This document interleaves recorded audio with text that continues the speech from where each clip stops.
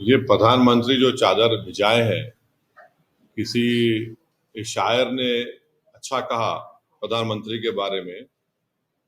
क्या कहा? इसने हमारे जख्म का कुछ यूं किया इलाज।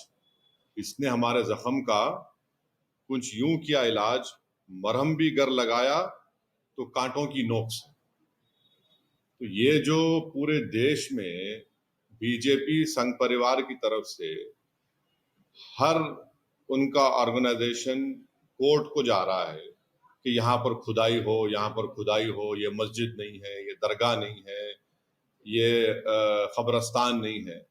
तो प्रधानमंत्री अगर चाहते हैं तो ये तमाम चीजों पर रोक लग जाएगा। और दूसरी अहम बात यह है कि पिछले 10 साल से बीजेपी की सरकार है, नरेंद्र मोदी प्रधानमंत्री है। प्लेसेस ऑफ वर्शिप एक्ट जो पार्लियामेंट में पास हुआ और राम मंदिर के जजमेंट में उसको नॉन रिट्रोग्रेशन की बात सुप्रीम कोर्ट ने कही दी, उसके बावजूद भी ये सरकार का कोई स्टैंड ही नहीं है उसके ऊपर। इसीलिए आज आप देख रहे हैं कि 7 से ज्यादा मस्जिद और दरगाह के मसले सिर्फ उत्तर प्रदेश से है, जहां पर बीजेपी की सरकार है और जहां से प्रधानमंत्री अपना एमपी का चुनाव जीत कर आते हैं। तो ये सिर्फ चादर भिजाने से कुछ फायदा नहीं होगा। चादर तो हर कोई भिजाता रहेगा, मगर उस चादर को भिजाने के पीछे जो पैगाम एक सरकार देती है वो ये देती है कि हम सिर्फ चादर नहीं भिजा रहे हैं, हम उस समुदाय को, उस देश की जनता को जो इन तमाम चीजों पर आस्था रखती है, दरगाह मस्जिद में, उसको हम दरगाह और मस्जिद मानते हैं। आप चादर तो भिजा रहे हैं, मगर आप ही के चाहने वाले कोर्ट को जा रहे हैं कि ख्वाजा अजमेरी की दरगाह दरगाह नहीं है, मसाजिद मसाजिद नहीं है। तो ये इस चीज को ये रोकने की जरूरत है, और असली काम जो सरकार को करना है वो रोके, इन तमाम चीजों को रोक लगाए कि क्या ये क्यों कर रहे हैं लोग सब जाकर तमाशा। ये सर, आपने ऐलान कर दिया है कि दिल्ली चुनाव में आप एक्टिवली पार्टिसिपेट करेंगे। कल प्रधानमंत्री ने दिल्ली की जनता को कई सौगात दिए और साथ में जो मौजूदा सरकार है उसको उस पर कई तोहमतें उन्होंने लगाई और जो सौगात दिए, घरों के चाबी की बातें है, उसमें हमने देखा कि अल्पसंख्यक समुदाय के लोगों को भी दिया। सबका साथ सबका विकास तो कहीं न कहीं उनके उस जेस्चर में दिखा।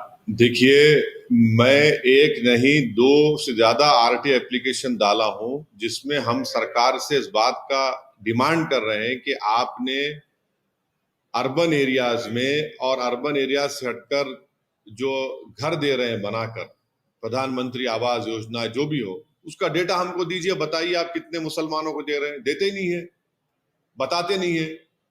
भाई क्या शेयर है उसमें जो आप गवर्नमेंट की स्कीम जो है इसमें मुसलमानों का क्या शेयर है? बताइए। अल्पसंख्यक समाज का, खास तौर से मुसलमानों का देते नहीं है। अब ये दिखाने को खड़ा कर देते हैं, थोड़ा वो देते हैं, असल शेयर क्या है उनका वो नहीं बताना चाहते हैं।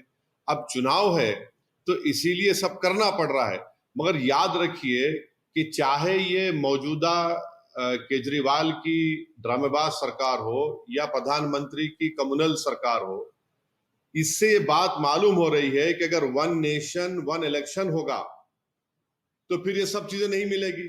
अब पार्लियामेंट का चुनाव हुआ 6 महीने पहले से, अब दोबारा चुनाव हो रहा है तो हर सरकार अपना अपना अनाउंसमेंट कर रही है। इससे देश को समझना है कि देश के जनता और उसके वोटर का फायदा करने के लिए ये सब अनाउंसमेंट्स हो रहे हैं। गो इसका इकोनॉमिक इम्पैक्ट जो होगा वो अलग बात है। तो इससे बात साबित हो रही है कि 1 नेशन 1 इलेक्शन देश के वोटर के हित में भी नहीं है, संविधान के खिलाफ भी है। कितने सीटों में आप दिल्ली इलेक्शंस में कंटेस्ट? अभी वो फैसला हो रहा है, हमारे दिल्ली अध्यक्ष उस बात का तय करके आपको बताएंगे। मगर जरूर हम चुनाव लड़ रहे हैं और अच्छी तरीके से लड़ने की हमारी पूरी कोशिश होगी। सर, और एक इशू है, गवर्नमेंट ने प्रोटेस्ट लॉन्च किया है, new China country, they are saying they are already in Ladakh. Government has launched a strong protest with China over the recent creation of 2 countries, or they are saying that they are already. ये क्या language है मोदी सरकार की? हम strong protest launch कर रहे हैं, फिर आप उनको बोल रहे हैं कि आके भारत में इन्वेस्टमेंट करो, फिर आप चाइना से कह रहे हैं कि ठीक है, हमारा जो इंपोर्ट इम्बैलेंस है चाइना से कंटिन्यू होता रहेगा। एक पॉलिसी तो रखिए ना। और हमको ये भी नहीं बता पा रहे हैं सरकार कि वो जो 65 में से 25 पेट्रोलिंग पॉइंट पर हमारी फौज पेट्रोलिंग करती थी, वो हम कर पाएंगे नहीं कर पाएंगे। और आप जो एग्रीमेंट चाइना से किए उसको ले जाकर यांग से अरुणाचल से मिला दिए। तो ये कोई चाइना की पॉलिसी नहीं है। मैं साफ तौर से कह रहा हूं ये सरकार चाइना से डरती है। आपको हम स्ट्रांग प्रोटेस्ट क्या प्रोटेस्ट है? हमारी जमीन पर वो लोग ये एक कंट्रीज बना रहे हैं और डैम बना रहे हैं। और डैम बनाएंगे तो नुकसान किसको होगा? माने बिलियंस ऑफ डॉलर्स क्या उस चाइना ने अनाउंस कर दिया। तो खुद बीजेपी वाले कह रहे नुकसान हो रहा तो क्या करेंगे? आप खाली जबानी बोलेंगे। आप सरकार में है, आप पावर में है, आप प्रधानमंत्री है, आपकी पार्टी है, आप इसको क्यों नहीं कर पाते हैं? रोक क्यों नहीं कर पाते इन चीजों को आप? मगर आपको चाइना से पैसा चाहिए इन्वेस्टमेंट के तौर पर। सर केजरीवाल ने लिस्ट है अलग-अलग लोगों की उनको एक अमाउंट देने का एक तनख्वाह मुकर्रर किया कि हम देंगे सत्ता में आएंगे। क्या ये तुष्टीकरण की राजनीति नहीं है? और क्या एक सवाल में एक और चीज है, क्या आपके वहां पर एक्टिवली पार्टिसिपेट करने की वजह से ये चीजें हो रही है? नहीं, देखिए एक बात आपको हम बता रहे हैं, तुष्टीकरण का जो आप बात कर रहे हैं, दिल्ली में जितनी विधानसभाओं में जहां पर अल्पसंख्यक समाज खास तौर से मुसलमान रहते हैं, आप जाकर उन इलाकों को देख लीजिए। मीडिया से मैं रिक्वेस्ट को जाकर देखिए वहां पर क्या बुरा हाल करके रख दिए। दिल्ली का कचरा लाकर जहां पर अल्पसंख्यक समाज के मुसलमान रहते हैं वहां पर लाकर उसको फेंकते हैं। ये इनका जो बड़ा ड्रामा होता है केजरीवाल का कि हम क्लिनिक बनाए, स्कूल बनाए। कहां बनाया तुमने बताओ जहां पर अल्पसंख्यक समाज के मुसलमान रहते हैं?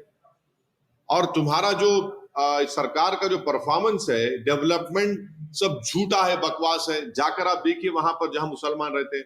चौथी बात यह है कि जो लोग जेलों में हैं उनके ताल्लुक से एक लफ्ज तो नहीं बोलते। जो उनके पार्टी के लोग भी हैं, भूल गए उन लोगों को। केजरीवाल को बेल हो गई, सिसोदिया को बेल हो गई, इनके तमाम नेताओं को बेल हो जाती है। और जब दिल्ली में जेनोसाइड हो रहा था, ठीक है लॉ एंड ऑर्डर इनके पास नहीं है, मगर आप क्या करते हैं? मुख्यमंत्रियों पर राजघाट पे जाके बढ़ी आते हैं आप। मरने वालों को एस ग्रेशिया का जो पैसा देते हैं उसमें भी आप कम्युनिज्म करते हैं। तो ये सब ड्रामेबाजी हो रही है। रियल डेवलपमेंट जहां होने का है, जहां पर दलित और मुसलमान रहते हैं, कुछ नजर नहीं आता हमको। सर आप हमेशा से सावरकर की आइडियोलॉजी वगैरह को चैलेंज करते रहते हैं, मुखालफत करते रहते हैं। कल प्रधानमंत्री से एक डीयू में कॉलेज खोला जाएगा सावरकर के नाम पे, वीर सावरकर के नाम पे, क्या कहेंगे? नहीं, हम प्रधानमंत्री से एक ही बात पूछना चाह रहे हैं कि क्या उनकी सरकार कपूर कमीशन ऑफ इंक्वायरी की जो फाइंडिंग्स है, जिसमें चीफ जस्टिस कपूर साहब ने अपनी इंक्वायरी कमीशन रिपोर्ट में कहा कि सावरकर महात्मा गांधी के कत्ल के कॉन्स्पिरेसी में शामिल है, ये प्रधानमंत्री हमको बता दें। क्या वो इनकी सरकार उस Kapur commission of inquiry report को मानती है, नहीं मानती है? और अगर महात्मा गांधी से आपको मोहब्बत है, जो हर गांधी जयंती के दिन प्रधानमंत्री और बीजेपी आरएसएस गांधी के फोटो के सामने फूल माला चढ़ाते हैं, राजघाट को जाते हैं, तो फिर ये गांधी से कैसी मोहब्बत कि कपूर कमीशन ऑफ इंक्वायरी कहता है कि ये कॉन्स्पिरेसी में शामिल थे? वो बता दे प्रधानमंत्री। भाई आपको मुगल नाम से नफरत है, ठीक है, हम समझ सकते हैं, आपको एलर्जी है उससे, मगर ये तो बता दीजिए कि गांधी से मोहब्बत है और गांधी के कॉन्स्पिरेसी में जिसका रोल रहा आप उनसे ही मोहब्बत करते हैं। ये कैसी मोहब्बत है? ये तो डबल टाइमिंग कर रहे हैं मोहब्बत में आप। सर लग रहा है कि दिल्ली के चुनाव में हिंदुत्व की होड़ हो गई है आम आदमी पार्टी और बीजेपी में। दोनों हिंदुत्व पे हैं, दोनों में फर्क क्या है? कोई फर्क नहीं है दोनों में। दोनों आइडियोलॉजिकली एक ही है। दोनों की पैदाइश, इनको पैदा करने वाली अम्मा का नाम है आरएसएस। एक को जनसंघ को पैदा किया उन्होंने, बाद में फिर वो 1980 में बीजेपी बनी। एक को उन्होंने 2012-13 में एक बड़ा इंस्टीट्यूट है वहां पर, लैब ग्रोन है ये हिंदुत्व, वहां पर पैदा किया इसको। सर जो संभल वाले वायलेंस के मामले में उत्तर प्रदेश पुलिस ने खुलासा किया है कि जो गैंगस्टर इसमें इन्वॉल्व हो रहे हैं उनको डायरेक्शन सीधी तरह से दुबई से मिल रहा है, उसके ऊपर इन्वेस्टिगेशन। अरे गोलियां चल के 5 लोगों की मौत हो गई है, बच्चे हैं, छोटे बच्चे, उसमें सीने के ऊपर उनको गोलियां लगी है, को पीठ पे लगी है, और आप क्या कह रहे हैं? पूरा ओपनली आप एक समुदाय के खिलाफ आप जा रहे हैं। क्या ये जेब देता है वहां की एडमिनिस्ट्रेशन को कि आप एक ही समुदाय के खिलाफ जाए? आप इंसाफ करिए। इंसाफ का मतलब तो ये नहीं है कि आप उनको दबाए, उनको डराए। 80 से ज्यादा बच्चों को तो आप पकड़ चुके हैं, और एएसआई प्रोटेक्टेड मॉन्यूमेंट है संभल की मस्जिद, और उसके 5 फीट पर आप आउटपोस्ट बना रहे हैं। जरा तो शर्म आनी चाहिए कि तुमको एएसआई का जो कानून है 100 मीटर्स का, उसको पास हो लिहाज नहीं है। आप परमिशन लिए एएसआई से? बताइए। वक्फ बोर्ड का डॉक्यूमेंट है, सुन्नी वक्फ बोर्ड का डॉक्यूमेंट है, बोलते उसको फेक है।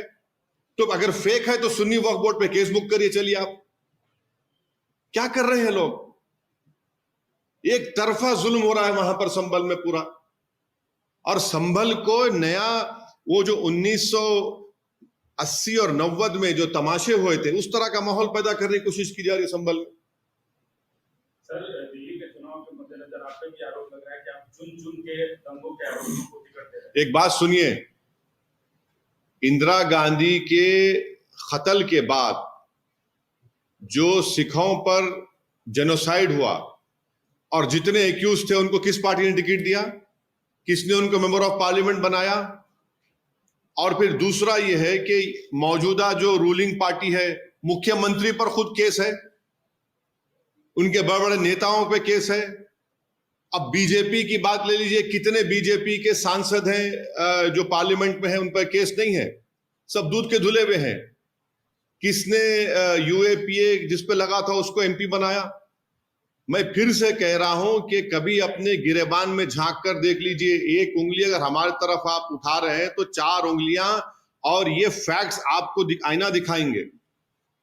मतलब आप उनको टिकट दे रहे हैं? मैं टिकट देना नहीं देना मेरे पार्टी का काम है, और टिकट उन्हीं को दे सकते जो लीगली इलेक्शन लड़ सकते हैं। तो जो लीगल इलेक्शन लड़ सकते हैं, इलेक्शन लड़ेंगे। सर, एक और सवाल है। ये एक मौलाना शाहिदुल ने लेटर लिखा है योगी आदित्यनाथ को। He says that Muslims will convert in Mahakumbh. You have made a law, and how will you stop it? Why does Maulana have objection to घर वापसी? कौन है नहीं मालूम भाई, ये कौन है मेरे को नहीं मालूम, मैं जानता ही नहीं उनको। वो क्या चाह रहे? वो कन्वर्शन करना चाह रहे अपना। Muslims will convert in Mahakumbh. नहीं, मौलाना अपने आप को कन्वर्ट करना चाह रहे तो मैं रोक नहीं सकता हूं। मैं रोक नहीं सकता हूं ना। Right to choice fundamental right है। अब मौलाना कूदना चाह रहे तो वो कूद सकते हैं, हमको क्या करना है उससे? हम अपने संविधान के तहत, अपनी मर्जी के तहत हम मुसलमान थे, है, और इंशाल्लाह सुबह क़यामत तक भारत में रहेंगे। ये हवा के झोंके आते रहेंगे थोड़ा थोड़ा, ये सब उससे फर्क पड़ने वाला नहीं है। मगर अब मौलाना की ये कौन है मैं जानता भी नहीं है महाशय को। इनको महाशय बोलना भी है नहीं मालूम, और कौन है नहीं मालूम। ये वो जाने, वो नहीं मालूम कौन है, मैं जानता नहीं उनको। महाकुंभ अभी शुरू होने वाला है। नहीं तो क्या उसका बोलने का मतलब क्या है? क्या करना चाह रहे हो? उन्होंने लेटर लिखा है योगी आदित्यनाथ को, saying कि Muslims will convert in the Mahakumbh. You have made a law. How will you stop it? मतलब मुस्लिम्स जो है वो कन्वर्ट होंगे महाकुंभ में। महाकुंभ जो प्रयागराज में हो रहा है। नहीं, वो बेचारे वो अब नहीं मालूम कितना उनका आईक्यू है, मगर आप अगर हिंदू धर्म को छोड़ रहे हैं तब आपको परमिशन लेना है। तब आपको परमिशन लेना है, माने कलेक्टर से परमिशन, इससे परमिशन। और इसको आप जक्सटापोज करिए यूनिफॉर्म सिविल कोड से। यूनिफॉर्म कहां रहेगा फिर? आप बताइए कि यूनिफॉर्म सिविल कोड आप लाएंगे और फिर आप ये कानून भी रखेंगे, फिर आप लव जिहाद की भी बात करेंगे, तो क्या होगा बताइए? मजाक है और कुछ नहीं है ये।